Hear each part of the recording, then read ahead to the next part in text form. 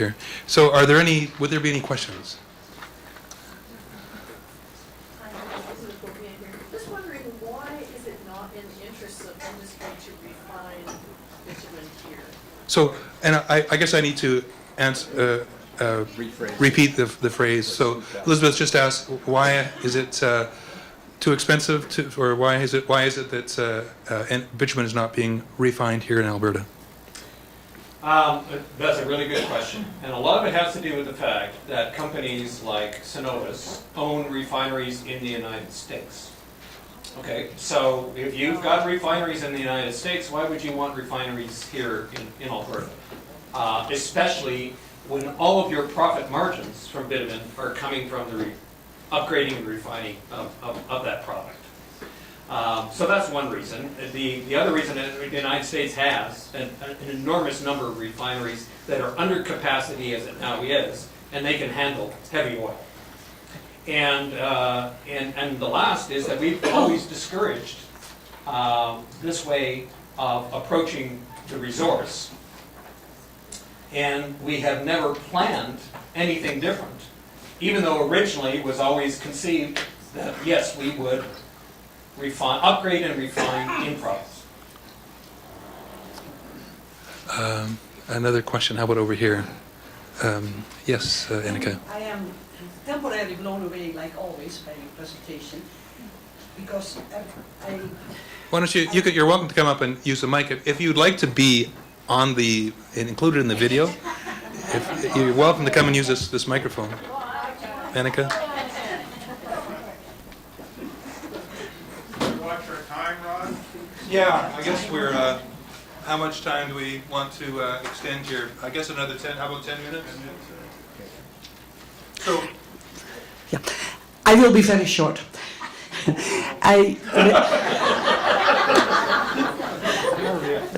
I remember clearly when you wrote this book on the addiction to oil, that was and has been ever since my Bible. Thanks for doing that amongst all the other things. Now, coming from Holland, most recently, I want to tell you some good news and some bad news. I am from that province called Groningen, where they did very happily gas drilling for a long time.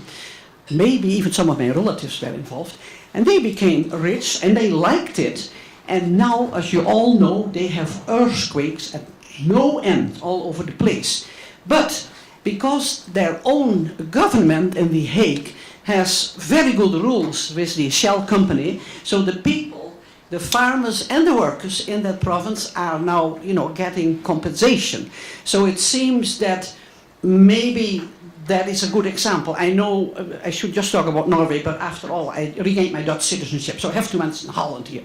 And also recently, I noticed in the papers in the Netherlands, there was one member of parliament who went back to say, slow down, I believe, by 40% the gas production. And so there is some good news. But I have a specific question, and it's about dam building. I protested dam building for a long time. I've done many presentations on dam building. And I was the first one who protested against that Bill Bennett dam. And Eberhard, my husband, lost his job promptly after that. But anyhow, I just want to know, you mentioned, hydroelectric is good. But you know that Dr. Schindler's sidekick, that famous researcher that he worked with, he has done many presentations and warned us about the dams, even the existing dams are falling apart. So what are you recommending? We should still believe in that big colossal dam that is being built right now in BC, that I originally protested and now it's going on again. So I just feel, do we learn from history? Apparently not. But what is your recommendation about all those dams falling apart? Okay, good question. Canada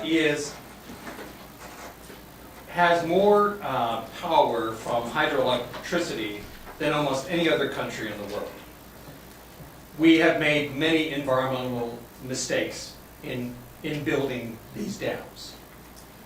But they are there, and they can be used to get us off fossil fuels I mean, they are a real transition tool we can use.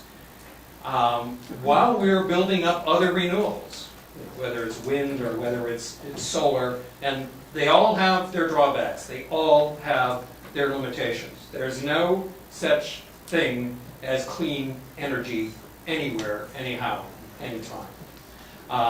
So all I'm saying is that a province like Quebec should be using, which is almost 100% hydroelectric, should be using some of that juice for green cars, for green trains, for green transportation. I would like to see a national rail service that is largely green, that is that can move Canadians and Canadian goods with fewer and fewer greenhouse gases. I'm not saying that we're not going to have to clean up some of the dams we have. We have to do that, and I'm 100% opposed to dams like Site C and Muskrat Falls. I mean, these are boondoggles, complete and total boondoggles.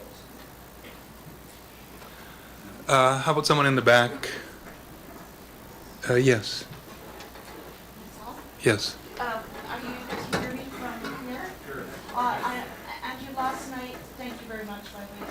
Last night, Graham Thompson was saying that one of the reasons that NDP is compromising somehow what some of us might have thought of regarding pipelines is the reason that there is a huge swell of in the opposition voice that there is a fear, I think, in a lot of political parties, including our NDP, that they could lose, say, the next election. So can you take this kind of talk? We need you're speaking to the converted here. Can you take this kind of talk out to the big swell of voices that are in opposition to any, because of fear of jobs, and it is valid. It's a valid fear of losing, our economy as we've known it. So, but I think this RAFT group, for example, this kind of talk would bring some optimism to that group, and then perhaps we could keep this NDP government in power. Otherwise, we're at risk, they said, of conservatives, especially if they join with the Wild Rose. There's a chance that we could lose whatever conservative values, these values, that we hold dear, the environmental values, losing them. And to this swell of, this fear, because of fear. And so, and they will scrap maybe any of these environmental initiatives that they are taking on. So could you speak on that? How could you go on the road?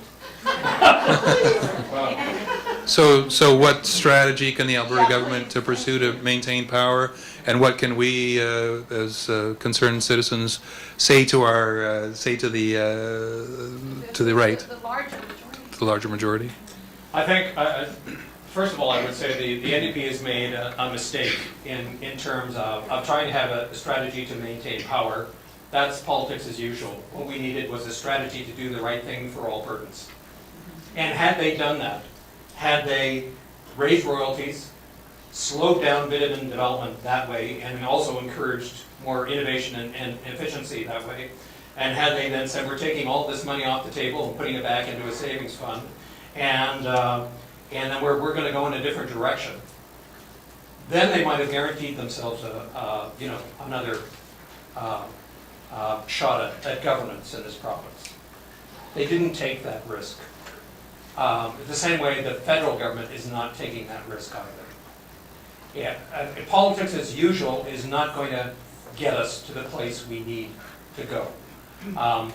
The RAFT proposal, I think, is an excellent proposal, and it gives a governments like the NDP something to work with. But first you have to acknowledge that you have a whole bunch of problems. Plus you've got this federal legal obstacle that makes it possible for companies that are going bankrupt, and they are going bankrupt in conventional oil and gas in this province, to walk away from all of this. You've got to fix that. And you've got to talk to people about that. And then you also have to talk honestly about the liabilities. You'll have no honest discussion about liabilities in this province until you remove oil patch lobbyists from your regulatory agencies. I mean, how shameful is that? Thank you, Andrew. So how about one more question from the back, and then we'll have our break. Or anywhere else? I know there was a lady here that had a question, yeah? Well, I guess my question is similar, but what I'm wondering about is, have you ever been invited to speak to the, not the government, or you just speak with the candidate to an invitation? I mean, the Tories spent 10 years telling people not to talk to me, and no, I've never talked to the government. I know that's not my job as a journalist, right, to talk to governments. My job is to give you guys the real facts so that you can go back to your government and say, you're lying to us. You know, or, you know, you have not given us the truth. Can we take one more question here? Yeah. Yeah, sorry, just to reiterate, what was your name? Oh, sorry, Jennifer. Jennifer Smith. To reiterate her comment, I think what she's saying is we are the converted. So how are we getting that message out to the people that, the conservatives, or the people that are the majority? Or how do you suggest? Oh. Because this is where we'll find success, or where we'll have hope of keeping our end together. Can you repeat the question, please? Sure. So the question is, I mean, how do we spread the word so that more and more Albertans fully understand the complexity that they're now facing, and also fully understand that there are other paths the province can go down, and that nobody's talking about shutting down the tar sands today. We're talking about a 30-year program that over a period of time addresses the liabilities and reduces the pace of extraction and winds this kind of stuff down. All right, a good question. Again, I don't know if I have all of the answers to this.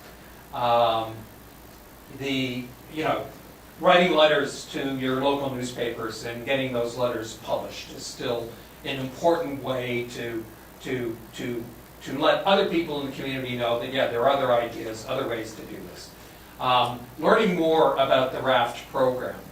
And again, I take a look at the Tyee and my article there, and all of the links that are added there. There's a copy of the program.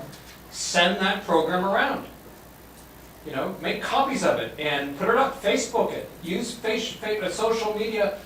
Start a kind of a revolution in say, look, here are some ideas that we have avoided that we really need to look at.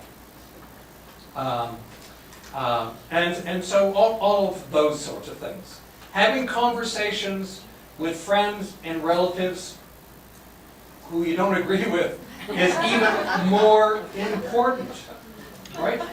Because it doesn't matter in the end. We're all in this together.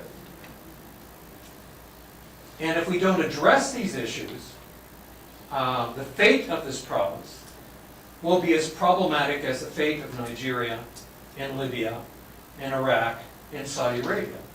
That's not where you want to be.